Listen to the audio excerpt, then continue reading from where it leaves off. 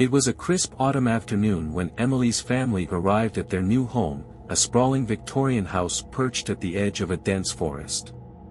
The house, with its ivy-covered walls and creaking floors, had been a bargain, too good to pass up, her parents had said. To Emily, however, it felt like stepping into another world, one filled with secrets she wasn't sure she wanted to uncover. While her parents busied themselves with unpacking, Emily, an introverted 8-year-old with a love for exploration, decided to wander through the house. The rooms were large and drafty, with ornate wallpaper peeling at the edges and furniture that looked like it had been there for decades. But it was the attic that called to her most. The narrow staircase leading up to it groaned under her small feet. Dust motes danced in the dim sunlight filtering through a circular window. Boxes and old furniture were piled high, draped in yellowed sheets. As she navigated the maze of forgotten relics, something caught her eye, a doll, sitting upright in a rocking chair. The doll was unlike any Emily had ever seen. It wore a crimson dress with delicate lace trim, and its porcelain face was painted with unnerving precision. The cheeks were rosy, the lips parted in a faint smile, and the glass eyes, they seemed almost alive. They were a striking blue, and wherever Emily moved, those eyes seemed to follow her. Beneath the doll's arm was a small, tattered tag with a single word handwritten in looping script, Clara. Emily felt a strange pull toward the doll. Despite its eerie appearance, it didn't scare her. Instead, it filled her with a peculiar sense of comfort. She reached out and gently picked Clara up. The doll was cold to the touch, heavier than she expected, but she cradled it like an old friend. "Who left you here?" Emily whispered, brushing away cobwebs from the doll's dress. The attic felt colder suddenly, a chill that made her shiver despite her sweater. She looked around but saw nothing unusual, only the forgotten remnants of someone else's life. Carrying Clara with her, Emily made her way back downstairs. "Look what I found," she exclaimed, showing her parents the doll. Her mother barely glanced up from unpacking dishes. "That's nice, sweetie. Just be careful with it. It looks fragile." Her father chuckled. "Looks like you've already made a new friend." Emily smiled, hugging Clara closer. She didn't know it yet, but from that moment on, her life would never be the same. The doll wasn't just a forgotten toy, it had been waiting. That night, as Emily placed Clara on her bedside table and drifted off to sleep, the house seemed to sigh, its old wood groaning as if in relief.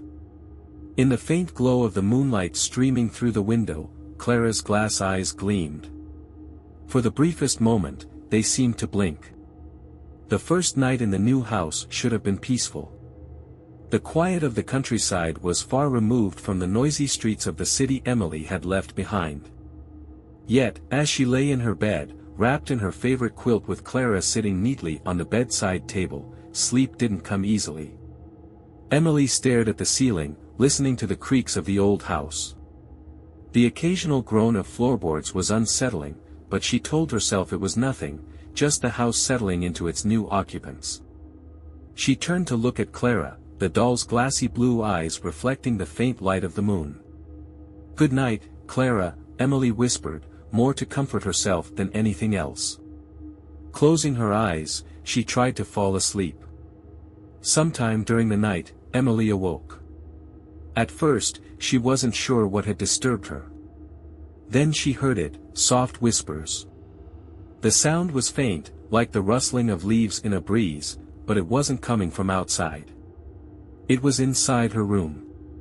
Her heart thudded as she sat up in bed. "Mom? Dad?" she called out weakly, but there was no response. The whispers continued, seeming to grow louder, though Emily still couldn't make out any words. Her gaze darted around the room until it landed on Clara. The doll was still sitting where she had left her, but something felt different. Emily could have sworn the doll's head was now tilted slightly, as if it had turned to look at her while she slept. Trembling, she reached for her bedside lamp and switched it on. The whispers stopped instantly, leaving a ringing silence in their wake. Emily's eyes darted to Clara again. The doll was motionless, its painted face as innocent and lifeless as it had been earlier. "It's just my imagination," Emily whispered to herself. She picked up Clara and held her tightly, seeking comfort in the doll's weight. "You wouldn't scare me, would you?" The room felt colder now, a draft brushing against Emily's face. She shivered and quickly placed Clara back on the table, pulling the quilt over her head. As she drifted off again, half convinced it had all been a bad dream, she thought she heard something, a faint giggle, soft and childlike. Her grip on the quilt tightened, but she didn't dare open her eyes. The rest of the night passed in uneasy silence, but Emily's dreams were filled with flickering shadows and Clara's unblinking eyes.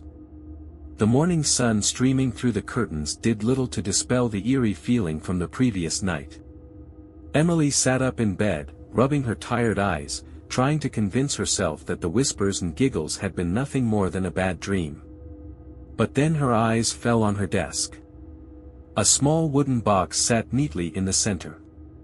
It hadn't been there the day before, Emily was sure of it. The box was intricately carved, with delicate floral patterns that seemed to shimmer in the morning light. Tentatively, she slipped out of bed and approached it. Clara sat on the nightstand where Emily had left her, her glass eyes fixed on the box as if pointing Emily toward it. "Did you bring this?" Emily asked the doll, feeling silly the moment the words left her lips. Of course, Clara didn't respond. She was just a doll. Still, the box intrigued her.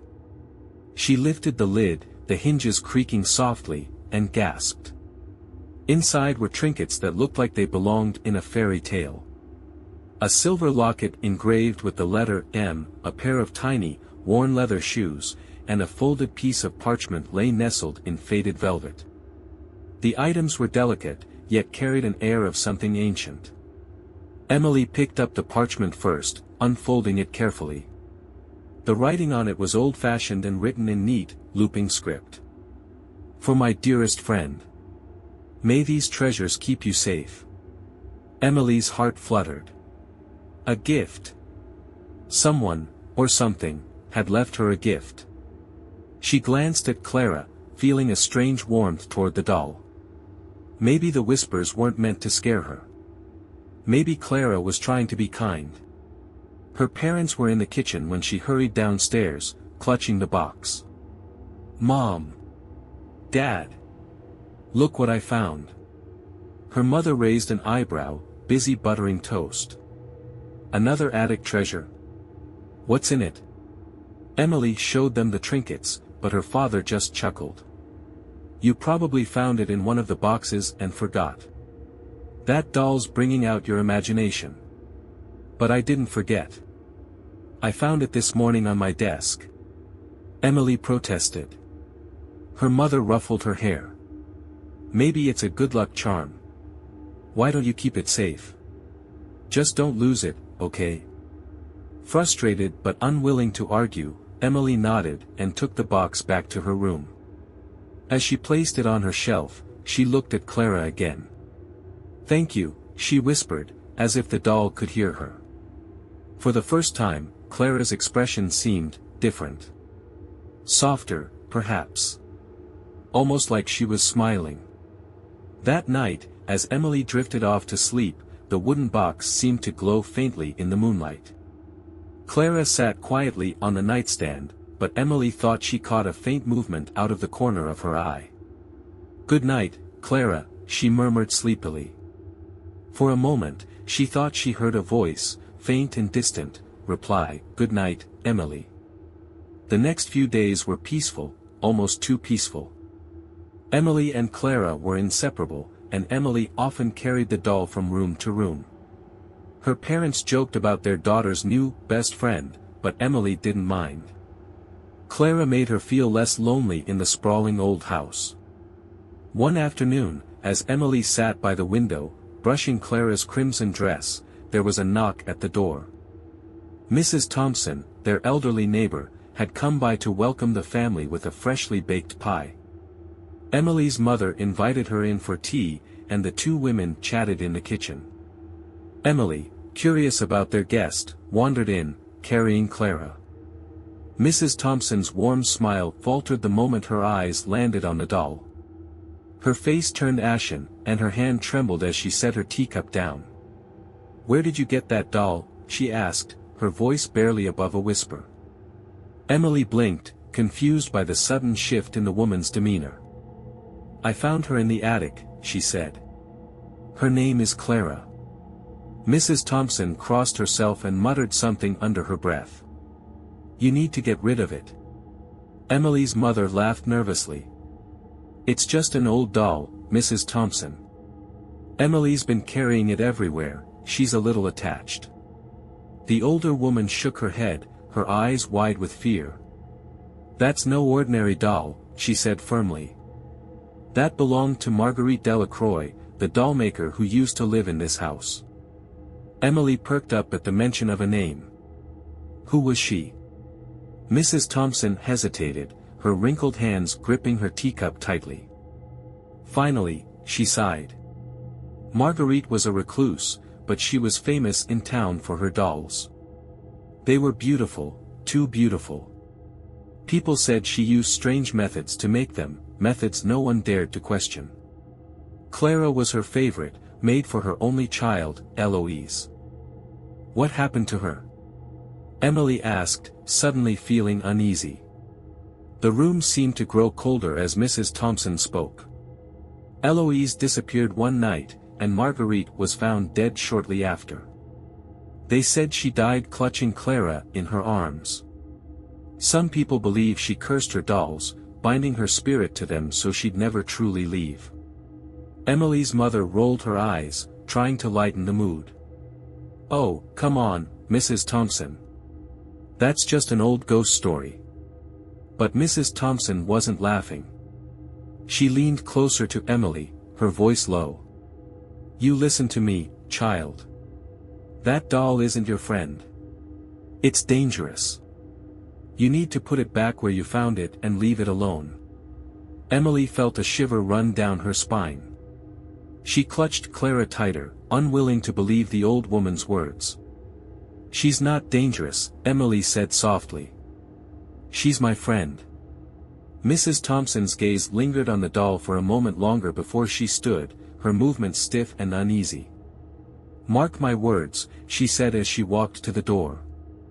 "That doll will bring nothing but trouble." As soon as she was gone, Emily's mother chuckled nervously. "Well, that was intense. Don't let her scare you, sweetheart. It's just an old story." But Emily couldn't shake the feeling of dread that had settled over her. When she returned to her room, she sat Clara on her bed and stared at her. "Is it true?" she asked the doll. "Are you cursed?" Clara, of course, didn't answer. Yet Emily couldn't help but feel that the doll's glassy eyes were watching her with more intensity than before. That night, as the house settled into silence, Emily thought about Mrs. Thompson's warning. The words played over and over in her mind, even as she hugged Clara close, whispering, "You're not dangerous. You're my friend." But deep down, she wasn't so sure anymore.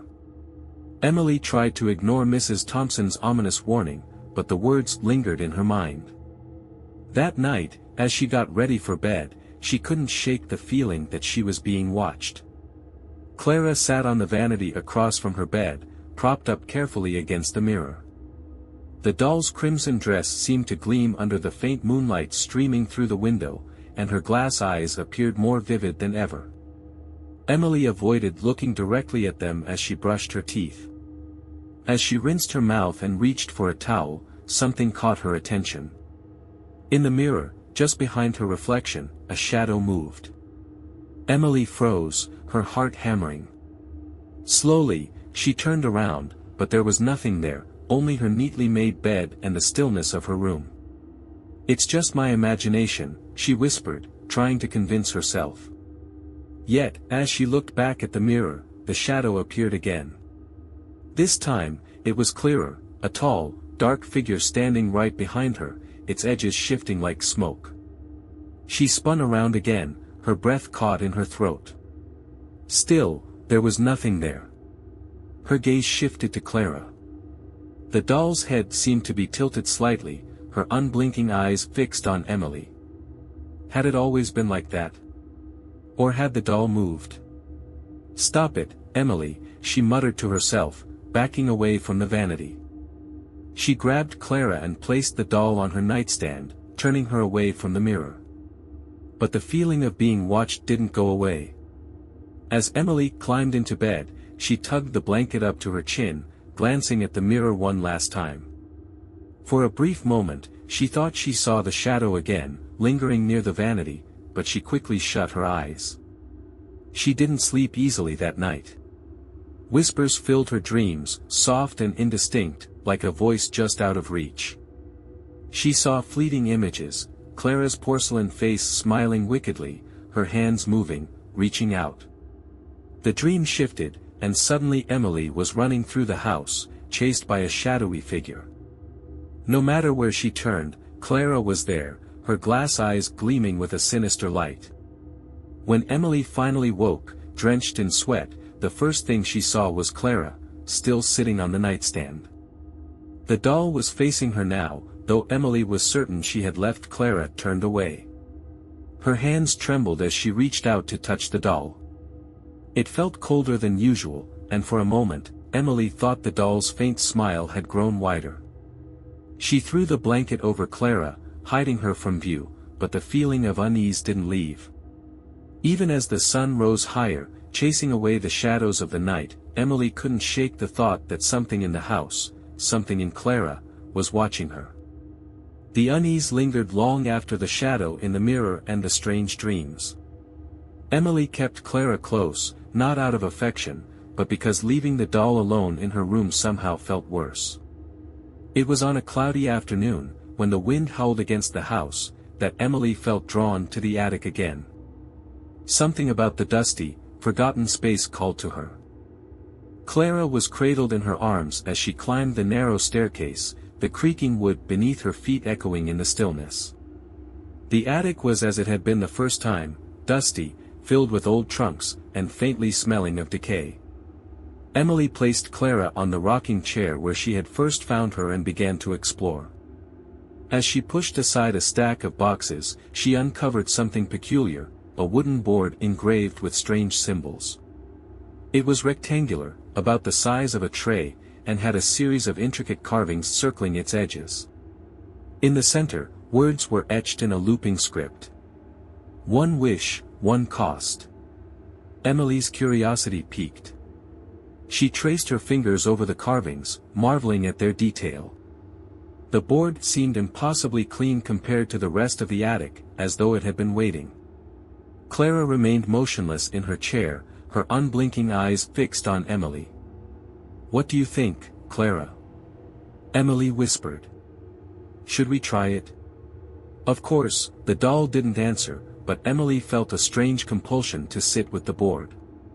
She placed it on the floor and positioned Clara beside her, feeling a chill creep up her spine. "What should I wish for?" Emily asked aloud. Her voice echoed faintly in the attic. Her mind raced with possibilities. A new bike. A puppy? But those felt silly compared to the heaviness of the board's presence. Finally, she thought of something simple, something she longed for since moving to the strange old house. "I wish I had a real friend," Emily said, her voice barely above a whisper. The air in the attic seemed to shift. A cold breeze swept through, even though the window was closed. Clara's porcelain face caught the light, and for the briefest moment, Emily thought the doll's eyes glinted unnaturally. The attic grew silent again, but the chill remained. Emily quickly put the board back where she found it and picked up Clara. "Let's go," she said, her voice trembling. That night, Emily awoke to the sound of footsteps in her room. They were soft, light, and deliberate, like a child's. She froze, her heart pounding. The steps stopped at the foot of her bed. Emily dared to peek out from under the blanket. No one was there, but Clara was no longer on the nightstand. The dolls sat on the floor, staring at her. For the first time, Emily felt true fear. The next morning, Emily woke feeling exhausted, her sleep broken by the sound of footsteps and the sight of Clara staring at her from the floor. She tried to convince herself it was her imagination, maybe she had knocked the doll off the nightstand in her sleep. Still, a feeling of unease clung to her as she got dressed. Clara sat once more on her vanity, her unblinking glass eyes following Emily as she moved about the room. As Emily brushed her hair, she noticed something strange. A thin, crimson thread dangled from Clara's dress, catching the light. The thread hadn't been there before, of that Emily was certain. Frowning, she tugged on it gently. The thread unraveled slowly, pulling loose from the hem of Clara's crimson gown. Emily hesitated, a deep sense of dread growing as the thread revealed a hidden pocket sewn into the fabric. From inside, Emily pulled out a small, rusted key. It was ornate, with a swirling pattern etched into the handle, and cold to the touch. She stared at it, confused and a little afraid. "What is this for?" she whispered, looking at Clara. Of course, the doll didn't answer. But Emily couldn't shake the feeling that the key was meant for her. She spent the morning wandering the house, searching for a lock that might match the key. The basement and attic were full of old trunks, but none of them fit.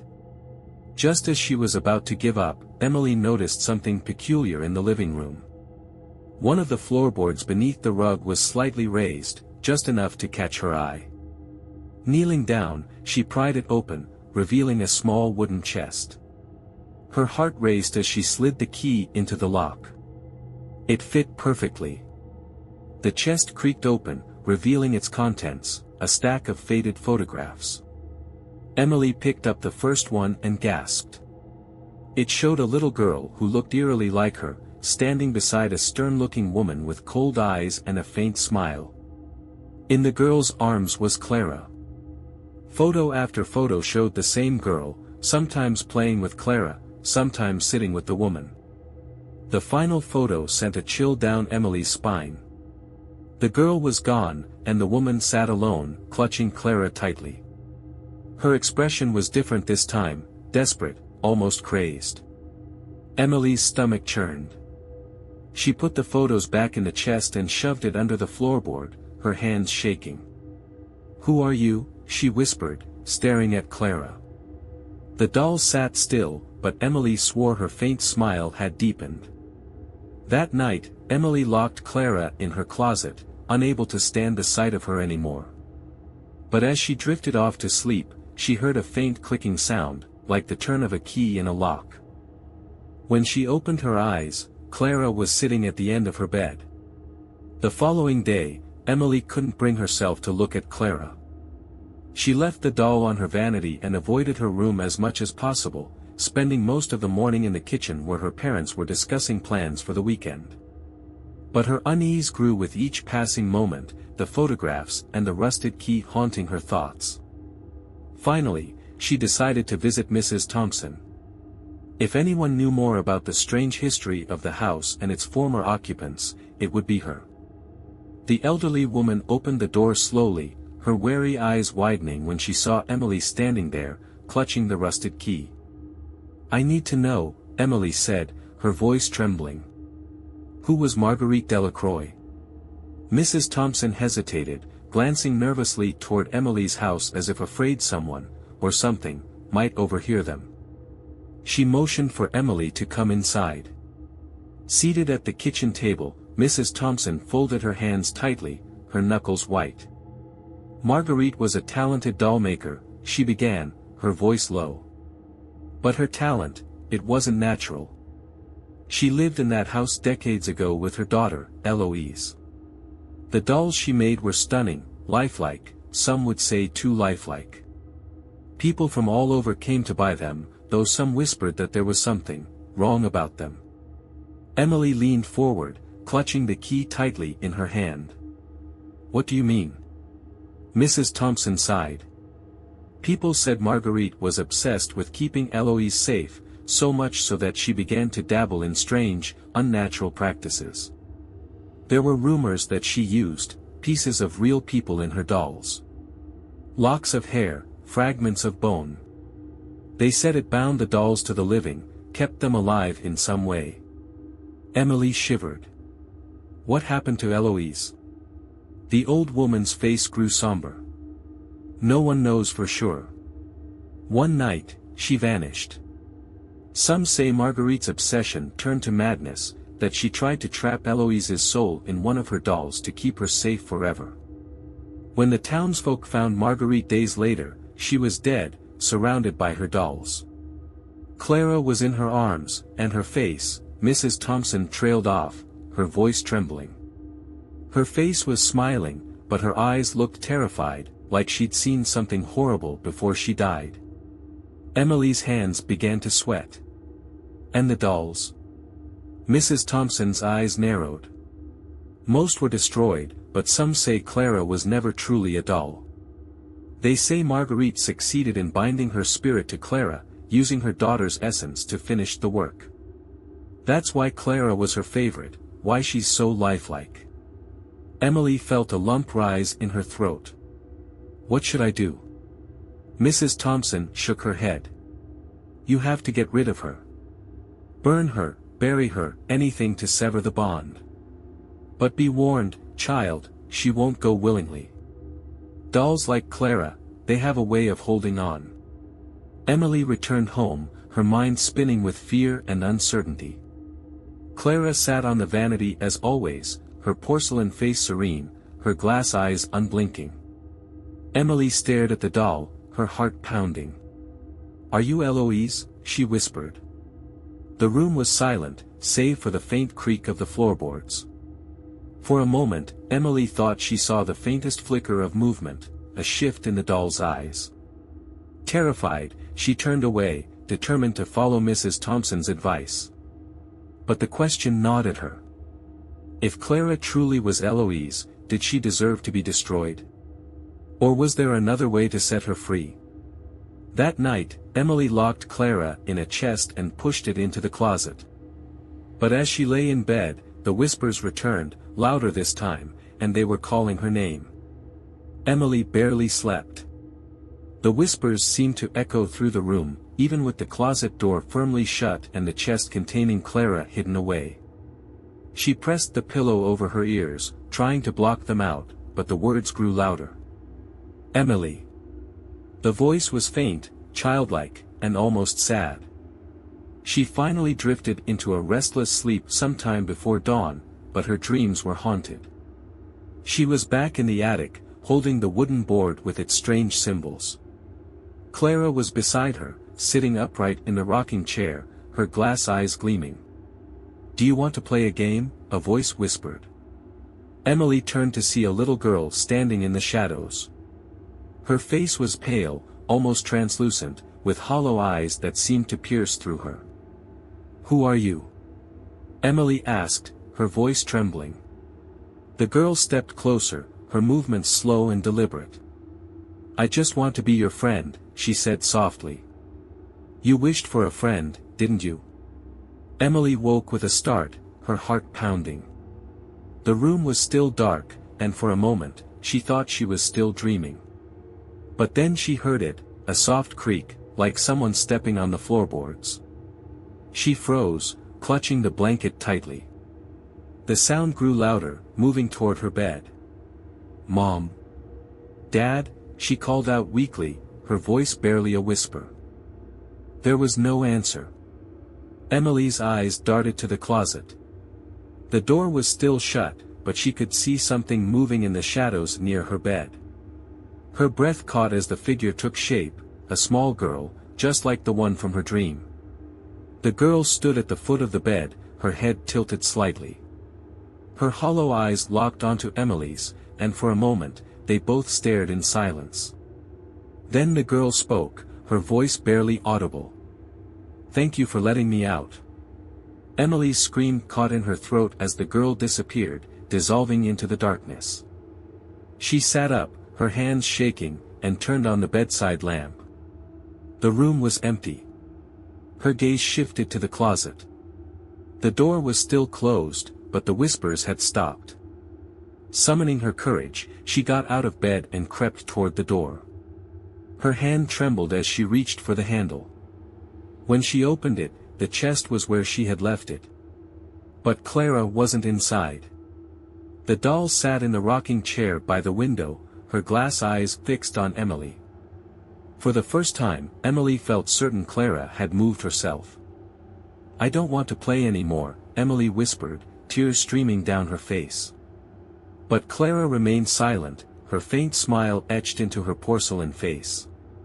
The morning light did little to ease Emily's fear.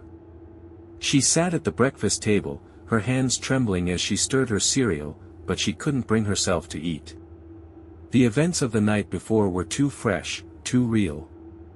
She glanced at her parents, who were busy chatting about errands and groceries, oblivious to the terror that had taken hold of their daughter.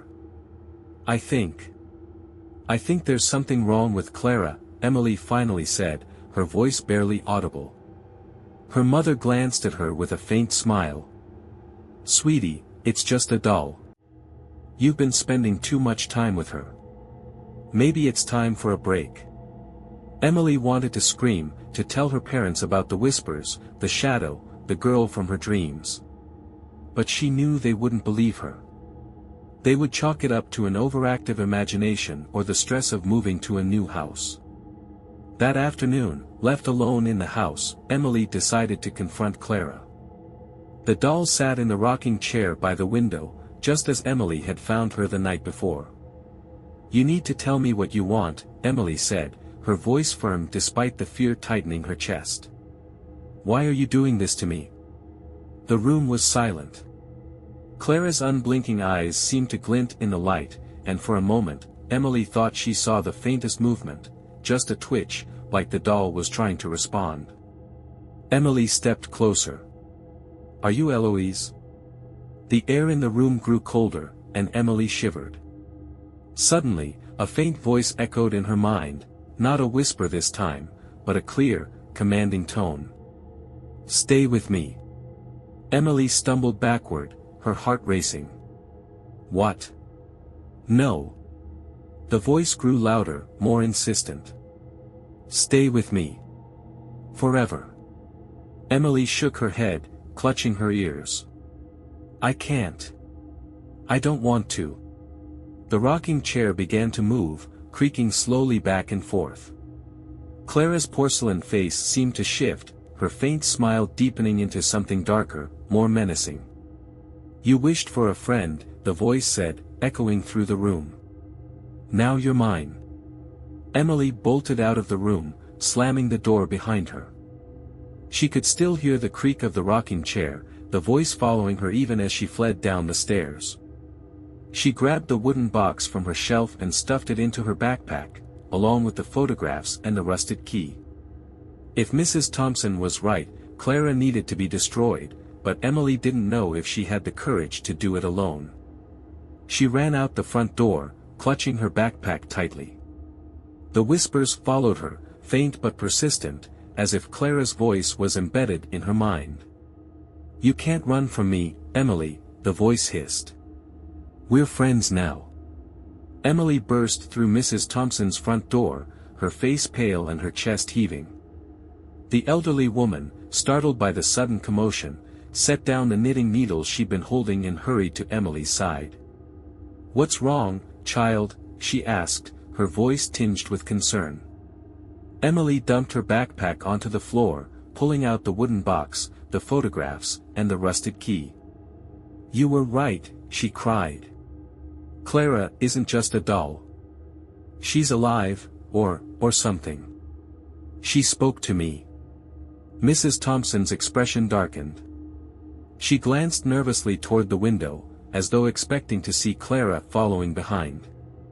"I told you that doll was trouble," she said, her voice trembling. "What happened?" Emily explained everything, the shadow in the mirror, the whispers, the dream of the little girl, and Clara's demand that Emily stay with her forever. Mrs. Thompson listened intently, her lips pressed into a thin line. When Emily finished, the older woman nodded grimly. "It's worse than I feared," she said. "The bond is forming." "What bond?" Emily asked, her stomach sinking. "The wish you made on the board, that's how she trapped you. That wasn't just any old doll. It's a vessel, a cage for the spirit Marguerite bound to it long ago.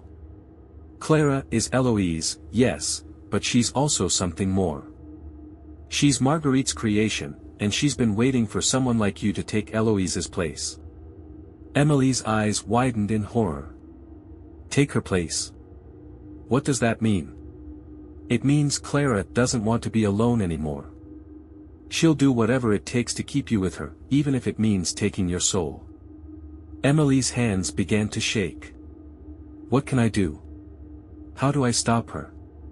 Mrs. Thompson stood and rummaged through a drawer, pulling out a small vial of clear liquid and a bundle of dried herbs.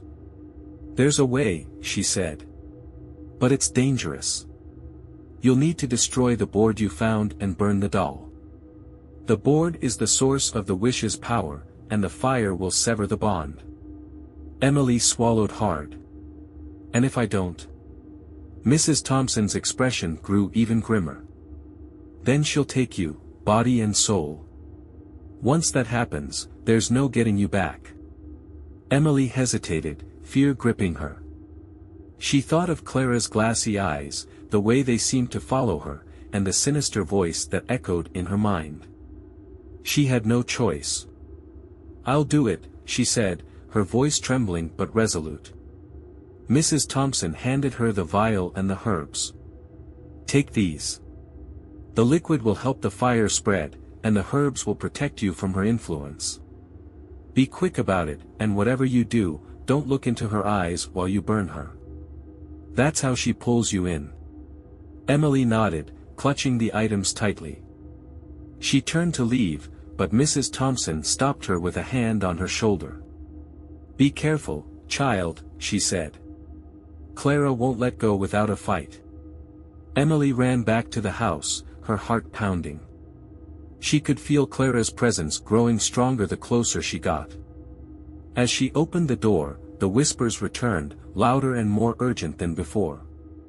"Emily," the voice called. "Why are you hiding? Don't you want to play?" Emily steeled herself, gripping the vial tightly. "Not anymore," she whispered.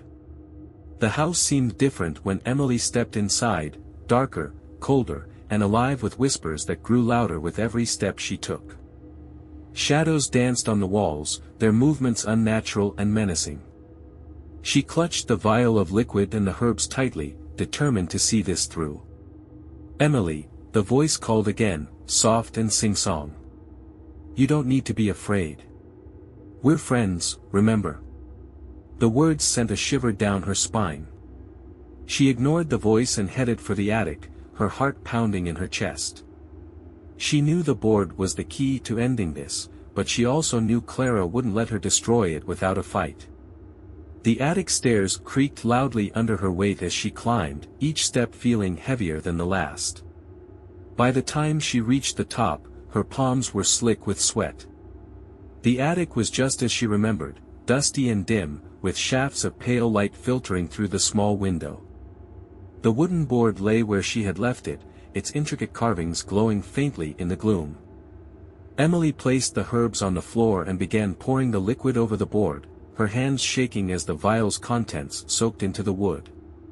"That's not very nice, Emily," the voice said, closer now. She turned sharply to find Clara sitting in the rocking chair, her crimson dress pristine despite the dust and grime of the attic. The doll's glass eyes bore into Emily, and her porcelain face seemed more expressive than ever, angry, almost human. "Don't do this," Clara said, her voice sharp and filled with desperation. "You made a wish. You wanted a friend. I gave you what you asked for." Emily's breath caught in her throat. The doll had never spoken to her so clearly before, and the sound of her voice was unnerving, a mix of a child's innocence and something far darker. "You're not my friend," Emily said, forcing strength into her voice. "You're a monster. Clara's head tilted sharply, and for a moment, Emily thought she saw tears welling in the doll's glass eyes. Then the attic door slammed shut, and the room filled with a deafening roar of whispers.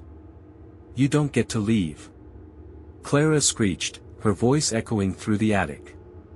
"If you burn the board, you'll burn me, and you'll burn Eloise." Emily hesitated, the match trembling in her hand.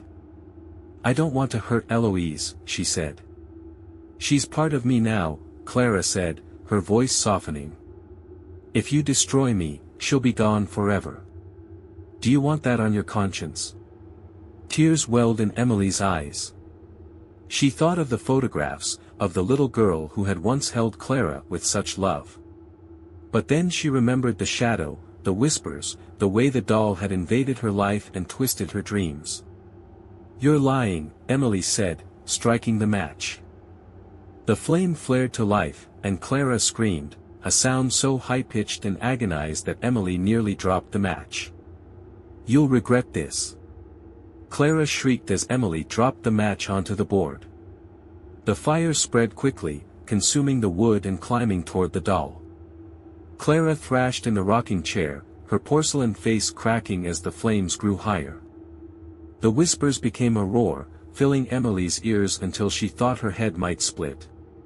She grabbed the herbs and pressed them to her chest, remembering Mrs. Thompson's warning. "Don't look into her eyes," she whispered to herself, keeping her gaze firmly on the flames. Finally, with a deafening crash, the rocking chair toppled over, and Clara was consumed by the fire. The whispers stopped abruptly, and the room fell deathly silent. Emily stood frozen, her legs trembling beneath her. The attic smelled of smoke and ash, and Clara was gone, reduced to a pile of charred debris. It was over. Or so she thought. As she descended the attic stairs, the house seemed eerily quiet. But as Emily reached her bedroom, she noticed something that made her blood run cold. The faint outline of a doll's handprint burned into the wood of her desk. Emily stared at the burned handprint on her desk, her chest tightening with fear. The house was still, the air heavy with the scent of smoke, but she couldn't shake the feeling that Clara wasn't entirely gone. She backed away from the desk, her eyes darting around the room. The whispers were gone, the shadows no longer moved unnaturally, but the silence felt just as oppressive. "Mom? Dad?" she called, her voice trembling. No answer. She bolted down the stairs, desperate to find her parents, to tell them what had happened. But the house seemed emptier than ever. The living room and kitchen were devoid of life, as though the house itself had swallowed her family whole. "Please, no," she whispered, tears streaming down her face. Suddenly, a soft creak sounded behind her. Emily spun around, her heart pounding. At the foot of the staircase, a figure stood in the shadows, a small girl with hollow eyes and a faint, sad smile. "Eloise?" Emily asked, her voice barely above a whisper. The girl didn't respond. She stepped forward, her translucent form shimmering faintly in the dim light. "You freed me," she said, her voice soft and melodic. Emily's fear wavered, replaced by confusion. I did." Eloise nodded. "Clara was holding me here. For so long, I was trapped inside her. But now she's gone." Emily's relief was short-lived. As Eloise spoke, the room seemed to grow colder, and her smile faded. "But she's not truly gone," Eloise continued. "She's still a part of this house. As long as her mark remains, she'll find a way back." Emily's heart sank. "What do I do? How do I stop her for good?" The little girl hesitated, her form flickering like a candle in the wind. "You must leave," she said finally. "Get out of this house, and never come back." "What about my parents?" Emily asked, panic rising in her chest. "They're safe," Eloise said, her voice fading. "But if you stay, she'll take you too." The lights flickered, and the air around Emily grew heavy. She didn't need to be told twice. Grabbing her backpack, she ran out of the house, her footsteps echoing through the empty halls. Outside, the cool evening air hit her like a wave, and she saw her parents in the driveway, talking to a neighbor. "Emily," her mother called, rushing toward her. "Where have you been? We've been looking for you." I was inside," Emily stammered. Her father frowned. "We just came back. The house was locked." Emily didn't have the words to explain. She only looked back at the house, its windows dark and uninviting. In one of the attic windows, she thought she saw a figure, Clara, sitting motionless, her cracked porcelain face illuminated by the faint glow of the setting sun. Emily turned away, clutching her mother's hand tightly. "We need to leave," she said firmly. "We can't stay here." Her parents exchanged a concerned glance but didn't argue. Within days, the family packed up and left the house, leaving behind the strange, cursed past that had haunted its walls. As their car drove away, Emily glanced back one last time. In the attic window, Clara was gone, but the faint outline of a rocking chair swaying gently in the wind remained. Emily turned forward, vowing never to look back. And so, the house sat empty once more, waiting for its next visitor, and for Clara's return.